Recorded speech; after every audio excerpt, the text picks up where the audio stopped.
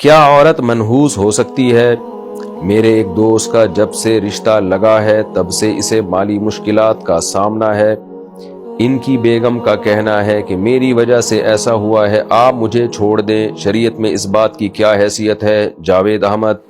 بالکل غلط بات ہے یہ، عورت کی وجہ سے کوئی نحوست نہیں آتی، کیونکہ حدیث میں آتا ہے لا عدوہ ولا طیرہ، اسلام میں نہ عدوہ ہے۔ عدوہ کا مطلب بیماریاں خود سے متعدی ہونا، ایسا نہیں ہے۔ اللہ کی مرضی سے ایک کی بیماری دوسرے کو لگ جائے، وہ تو دیگر احادیث سے ثابت ہے کہ ایسا ممکن ہے۔ تو لازمی نہیں ہو سکتا کہ آپ کسی بیمار آدمی کے پاس بیٹھیں تو لازماً آپ کو بیماری لگے، جب تک اللہ کی مرضی شامل حال نہیں ہوگی بیماری آپ کو نہیں لگے گی۔ ہاں،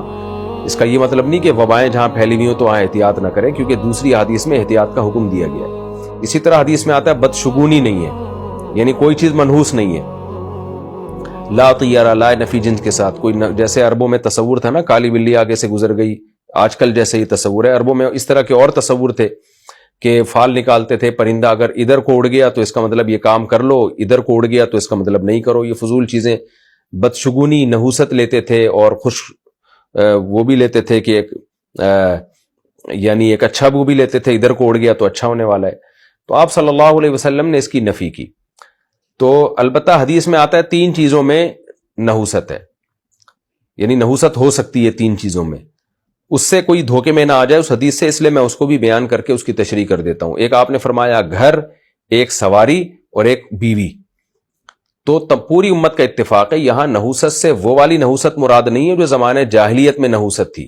زمانہ جاہلیت میں تو یہ تھا کہ بعض گھر ایسے منحوس ہوتے ہیں کہ اگر آپ اس گھر میں چلے گئے تو آپ کی زندگی کی برکتیں ختم ہونا شروع ہو جائیں گی، تو یہ ہرگز مقصد نہیں ہے سواری کے بارے میں، کیونکہ حدیث میں صراحتاً نفی ہے کہ طیارہ نہیں ہو سکتا، یعنی نحوست اسلام میں ہے ہی نہیں۔ اس حدیث کا مفہوم یہ ہے، دیگر احادیث کو سامنے رکھ کر جو تمام محدثین اور فقہا مفہوم بیان کرتے ہیں وہ یہ ہے کہ یہ ایسی چیزیں ہیں کہ اگر یہ آپ کو آپ کی مرضی کی نہ ملے نا تو زندگی کی برکتیں ختم ہو جاتی ہیں۔ مثال کے طور پر آپ کو سواری اچھی نہیں ملی، اس زمانے میں سرکش گھوڑا بری سواری ہوتی تھی، تو وہ گھوڑا جب سرکش ہے اور اونٹ بے قابو ہو رہا ہے تو آپ کی زندگی کا مزہ، کیونکہ سفر تو انسان کو بار بار اس نوبت پیش آتی ہے،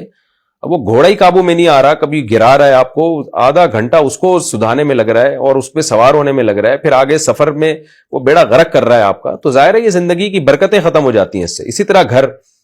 آپ نے گھر ایسا خرید لیا، نہ اس میں ہوا کی کوئی وینٹیلیشن کا انتظام ہے، نہ اس میں دھوپ ہے، وہ گھٹن والا ماحول ہے اس گھر کے اندر، گندے نالے پہ بنا ہوا ہے، تو گھر تو ایسی چیز ہے جس میں جا کے انسان کو سکون ملے، وہاں جا کے آپ بیمار ہو رہے ہیں، تو اس حدیث میں ترغیب ہے کہ گھر اچھی لوکیشن پہ اچھا گھر لیا کرو، تاکہ یعنی جس میں آپ کی سکون ملے آپ کو۔ سواری بھی اچھی لیا کرو۔ آپ اس زمانے میں پرانی گاڑی کو دیکھ لینا، جو لوگ سستے کے چکر میں پرانی گھسی پٹی گاڑیاں لے لیتے ہیں، پیسہ بھی برباد ہوتا ہے، گاڑی بھی پھر سستے داموں بیچ کے جان چھڑانی پڑتی ہے، ٹائم برباد ہوتا ہے۔ تو اسی طرح اس حدیث کا مطلب ہے کہ بیوی بھی ایک ایسی نعمت ہے کہ اگر یہ ٹھیک نہیں ہے نا تو آپ کی زندگی عذاب بن جائے گی۔ تو وہ کون سی بیوی ہے جو نعمت نہیں ہوتی؟ وہ بد اخلاق عورت ہے، ناشکری عورتیں ہیں،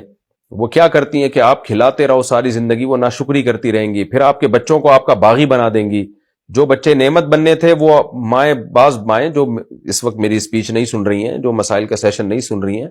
ان میں بعض مائیں یہ کرتی ہیں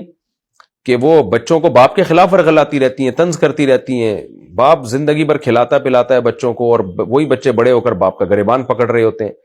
تو یہ مطلب ہے حدیث کا کہ عورت کے معاملے میں بہت احتیاط کرو، اچھے خاندان میں نکاح کیا کرو، اچھی بااخلاق عورت سے نکاح کیا کرو، اور ایسی عورت سے جس کے بارے میں حدیث میں آتا ہے تم سے محبت کرے اور تمہیں کثرت سے اولاد دے، کیونکہ اولاد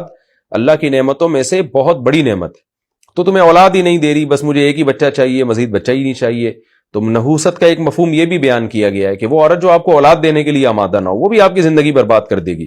کیونکہ بچوں سے گھر میں خوشیاں آتی ہیں اور بڑھاپے میں آپ کا سہارا بنتے ہیں، مالی لحاظ سے مدد کا ذریعہ بنتے ہیں۔ تو حدیث کا یہ مفہوم ہے۔ تو یہ مفہوم جو آج کل جاہل لوگ کرتے ہیں کہ عورت کے گھر میں آنے سے پیسہ جانا شروع ہو گیا، مال ختم ہونا، تو اس کا مطلب جب سے یہ بہو ہمارے گھر میں آئی ہے تو ہماری تنخواہ کم ہو رہی ہے، یہ جاہلوں کا تصور ہے، اسلام اس کو بالکل نہیں مانتا ہے، اور یہ بہت خطرناک بات ہے، خوب سمجھ لیں کہ کوئی عورت آپ کے گھر میں آئے اور آپ کی جاب ختم ہو گئی تو آپ اس عورت پہ ڈال دیں۔ یہ جاہل لوگ آج بھی یہ کام کر رہے ہوتے ہیں، عورت کو اس قسم کے تانے دیتے ہیں۔ یہ تو اللہ کی طرف سے بھائی، اس کا عورت کے آنے جانے سے کوئی تعلق نہیں ہے، وہ نہیں بھی آتی تو آپ کی تنخواہ ختم ہو جاتی۔ بلکہ حدیث سے یہ بات ثابت ہے، احادیث سے کہ عورت کے آنے سے برکتی ہوتی ہے، یعنی مال میں مالی لحاظ سے جو برکت ہے نا وہ نکاح کرنے سے ہوتی ہے۔ قرآن کہہ رہے ہیں یکونوا فقراء یغنیہم اللہ من فضلہ، نکاح کرو فقیر ہوگے اللہ غنی کر دے گا۔ ایک حدیث میں آتا ہے فإنہن یأتین بالمال، عورت سے جو نکاح ہے نا، جب عورت گھر میں آتی ہے تو مال لے کر آتی ہے۔ کیا مطلب؟ جہیز مراد نہیں ہے اس سے، یعنی مال میں برکت کا ذریعہ بنتی ہے، اس کے آنے سے تمہارے مال میں برکتیں ہوں گی۔ اب اگر کسی عورت کے گھر میں آنے سے، اس سے شادی کرنے سے آپ کا مال ختم ہو گیا تو سمجھ لو یہ عورت کی وجہ سے نہیں ہوا، بلکہ یقین کر لیں کہ یہ مال اور بھی ضائع ہونا تھا، اس عورت کی برکت سے ہو سکتا ہے کم نقصان ہوا ہو۔ اس کی مثال ایسے ہے نا، جیسے ہم لوگوں کو بتاتے ہیں کہ فلاں چیز صحت کے لیے نقصان دہ ہے، فلاں صحت کے لیے نقصان دہ ہے۔ لوگ کہتے ہیں فلاں آدمی تو کھاتا ہے یہ چیز پھر بھی صحت اچھی ہے، ہم کہتے ہیں نہ کھاتا تو اور اچھی صحت ہوتی۔ تو اسی طرح یاد رکھیں، عورت تو مال میں برکت ہی کا ذریعہ ہے۔ تو اگر کسی کا کہ ہاں ایک بہو آئی، بیوی آئی اور مال میں نقصان ہوا، تو سمجھ لیں کہ اللہ اس کے رسول غلط نہیں کہہ سکتے، مال میں نقصان بڑا ہونا تھا، اس کی وجہ سے کم نقصان ہوا ہے، یہ برکت ہی کا ذریعہ ہے، اس کی وجہ سے یہ نقصان میں کمی کا ذریعہ تو بنے گی، نقصان بڑھانے کا ذریعہ نہیں بنے گی۔ تو اس لیے یہ جو جاہلوں والی باتیں آج بہت سے دیندار بھی کر رہے ہوتے ہیں، یار میں نے اس بیوی سے شادی کی، میں جاب لیس ہو گیا اور میری جو ہے نا وہ تنخواہ ختم ہو گئی، یہ بہت خطرناک باتیں، اللہ کو یہ باتیں بہت بری لگتی ہیں، اور کسی بے گناہ پہ اس کے سر ڈال دینا، اس کا آپ کو قیامت کے دن حساب دینا پڑے گا۔ قرآن کہتا ہے ان السمع والبصر والفؤاد کل اولئک کان عنہ مسئولا، تم سے تمہارے کانوں کے بارے میں، آنکھوں کے بارے میں، دل کے بارے میں سوال ہوگا۔ جو بھی آپ زبان سے بولیں، سوچ سمجھ کے بولیں، بلا دلیل کوئی بھی بات آپ نے کی تو اس سے قیامت کے دن آپ سے سوال ہوگا۔ اور بلا دلیل بات کر کے آپ کسی کو تانا دے رہے ہیں، کسی پہ بلی ڈال رہے ہیں اس کے اوپر، تو یہ تو اور بڑا ظلم ہے۔ آپ بھی کسی کے گھر گئے اور اس کو نقصان ہو گیا اور وہ کہے یار میرا دوست اس دن گھر میں آیا تھا اور دیکھو چھت گر گئی، تو آپ کہو گے یار میں کچھ چھتیں تمہاری بنیادیں تھوڑی ہلا کے گیا ہوں، یا میرا آنے جانے سے اس کا کیا تعلق ہے؟ تو آپ سوچیں آپ کی کیا حالت ہوگی اگر کوئی آپ کو اس طرح سے تانے دے۔